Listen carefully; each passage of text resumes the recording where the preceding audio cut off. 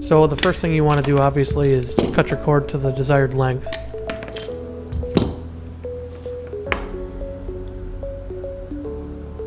Then you'll want to strip the jacket off of the cable.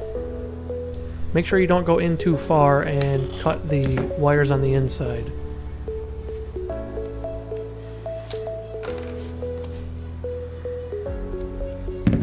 After that, just clip the core on the inside. You'll want to untwist each of the wire pairs and then just make sure that they're nice and smooth and straight. Makes it a lot easier to put them into the connector.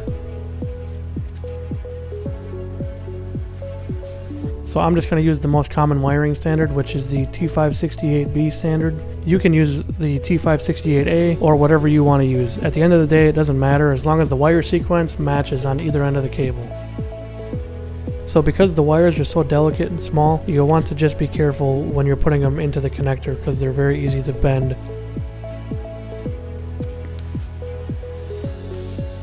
Don't forget to put the strain relief on like I did, because well, then you got to restart your work.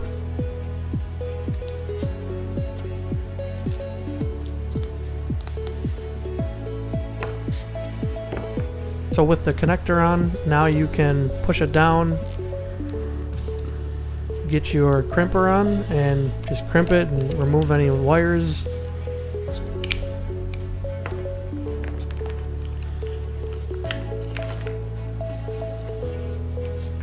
After you have it crimped, just inspect it and make sure that each of the wires are clipped uniformly and nothing looks like it's bent or weird. Then just put the strain relief on.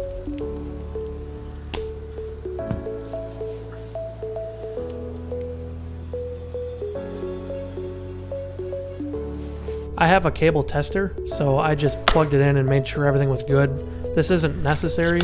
It just helps to know if you have one of the wires on one of the ends backwards or something. So now I'm just gonna plug it in and just show you guys that it worked. As you can see, I didn't have any internet.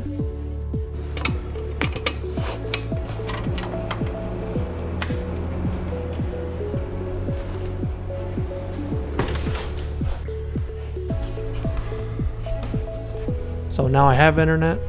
Then I'll just do a quick speed test.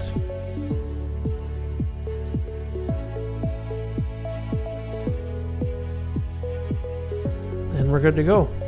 Thanks for watching.